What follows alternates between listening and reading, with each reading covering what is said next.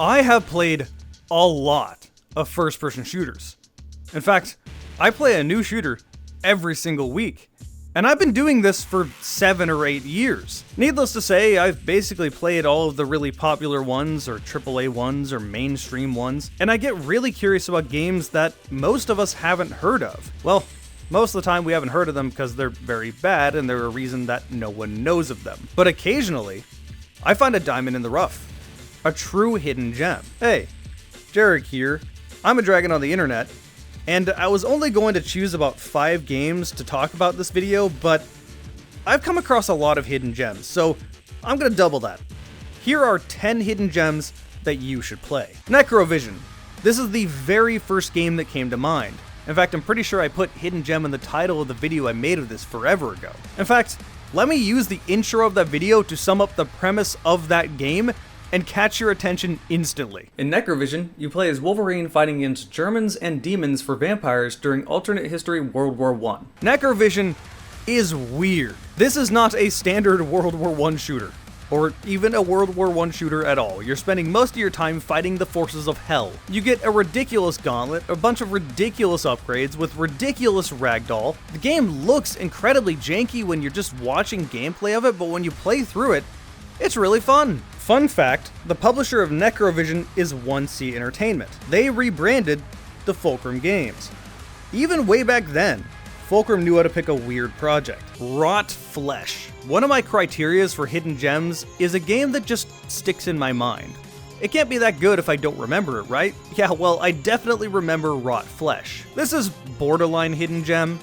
If you're into indie games, you definitely know about this one, but if you ask the average gamer if they played Wrought Flesh, they will look at you partially confused and partially concerned. In Wrought Flesh, you play as a deity that upgrades himself by stealing other people's organs. Yeah, that's just how you upgrade. You shove other organs into yourself, and those ones have better stats. But the universe itself is also just as bizarre. You come across some interesting people and pick up some interesting quests. You come across some interesting bosses. You come across some interesting weapons, like this one that acts like the Needler, but you feed it maggots or something. And of course, you can play this game like you're playing Tribes. You can just ski across the dunes.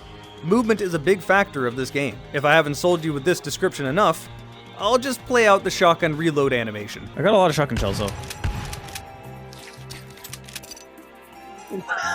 What the Doom 3 Phobos. This is the one mod I'm keeping on this list. I thought about adding more, but that just opens Pandora's box. There are so many mods I could talk about here, but I wanted to focus on this one because nobody talks about it.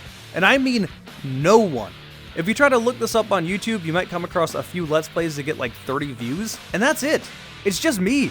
I'm the only one talking about this mod, and it blows my mind because it's so good. For starters, I already like Doom 3, so having more Doom 3 is great. However, this mod feels like it took Doom 3 and then altered it slightly to have similar gameplay, but to also match what other early 2000 shooters were doing. This is a standalone mod, by the way. This isn't just Doom 3's campaign with some mods to it. They're entirely new maps with an entirely different story, with an entirely new weapons sandbox that works with these new maps. The animations are the same, but the minigun, Jesus Christ, does that. Your shotgun has a tighter spread and has more range, and you get the double barrel on top of that. Basically, if you like Half-Life style gameplay or Doom 3 style gameplay, you're really going to like this mod. It's free. If you own Doom 3, you can play it, and you owe it to yourself to try it out. Retchid. While we're on the topic of Doom 3, let's talk about Retchid. This is a pretty shameless Doom 3 clone, but I say that in the most endearing way possible. This doesn't remake Doom 3, it takes Doom 3's gameplay and wants to make its own game out of that. And it's pretty obvious right away that this game really wants to be Doom 3. Okay. Oh. How did I miss this? The TEC takes pride in its safety record. Well, Please follow safety procedures. I don't think it's a good idea to hang out. Yeah, not a whole lot more to say. If you like Doom 3 and you want more Doom 3, then go try this game out. LONN. This is the one VR title I have in this video. If you don't care about VR, rest easy, I'm gonna move on soon. I love VR. I had to include VR something, and this game definitely counts as a hidden gem. LONN is effectively a Boneworks clone. That's the best way I can describe it. It wants to take after Boneworks gameplay, and I'm down. I love Boneworks. Boneworks is my favorite VR game of all time. And just like in Boneworks, in LONN, you have a full body with full physics, you can climb anything, you have two-handed weapons, and for good measure, you also have a gravity gun. Also, this game just looks really good. This was made by 2 people. That is insanely impressive. Hell, I gave this game VR Game of the Year when it came out. It's a really good game. If you're looking for more VR games and you haven't heard of this one, go play it. It's definitely worth it. Ironsight, oh gosh, this makes me so sad. Ironsight is closing down in August. We're not going to be able to play it anymore. It's another one of those games that I would say is borderline hidden gem. If you're into Call of Duty style gameplay, you probably already know about this one, but the average gamer that plays on console probably will have no idea what it is. Most people I talk to have no idea what it is, and that makes me sad because I always wanted the player numbers to be better. The game was never at any point dead, but it obviously wasn't huge. What extra sucks about Ironsight closing down come August is that we now have no alternatives for the classic Call of Duty feel. And when I say classic Call of Duty, I mean the Call of Duty 4 through Black Ops 2 era.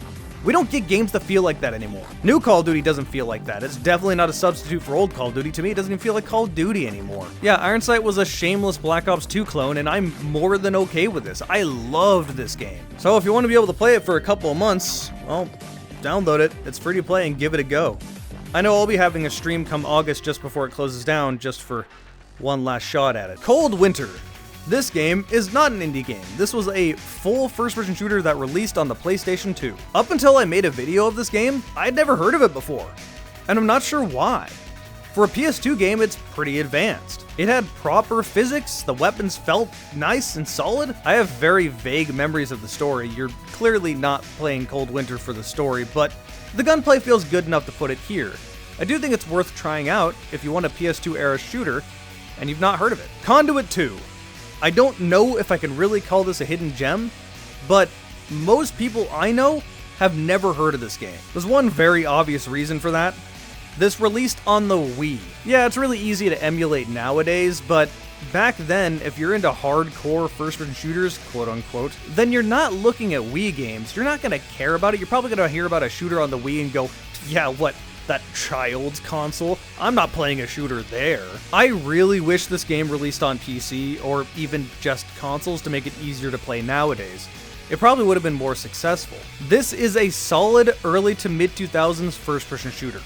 I really can't praise it enough. And what really sucks is that this ended on a to be continued, and we're never getting a sequel because it didn't sell well enough. And in a similar way, we're never getting a sequel to Legendary. Again, this is another one of those games that I don't know if I can classify as a hidden gem, but it's definitely fallen out of the public's mind. This game got scrutinized on launch, tons of terrible reviews, and even when it came out, I was baffled.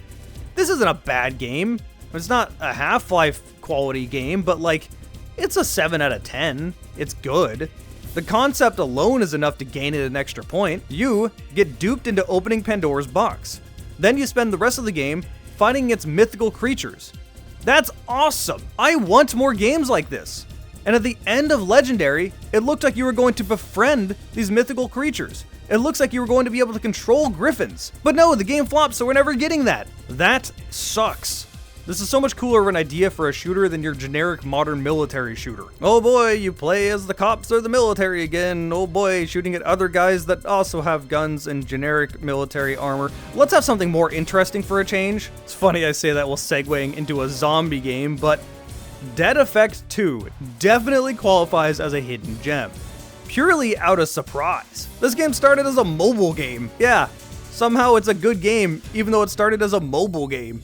And now we're going all the way to VR. To clarify, you can play this without VR. The VR version released separately. They're the same game, just one has VR, one doesn't. But this is a co-op looter shooter. You constantly upgrade your guns throughout the game. They get more powerful. Enemies are varied and not just boring zombies that run at you and try to hit you. They do more than just that. It's not a particularly deep game, but hey, it doesn't have to be deep for some co-op fun. Hey, those are 10 hidden gems that maybe you want to try out. Huge thanks to my YouTube members that got to see this video way ahead of time. If you want to join them, I keep it pretty cheap. They really do mean a lot to me. The fact that they're willing to chuck money at me for me to continue doing, well, this means a lot. If you still want to support me without doing that, that's totally okay. Other videos you can watch, like a playlist of videos just like this one, or recommended video down there, or just subscribe here. Thank all you guys for watching. See you next time.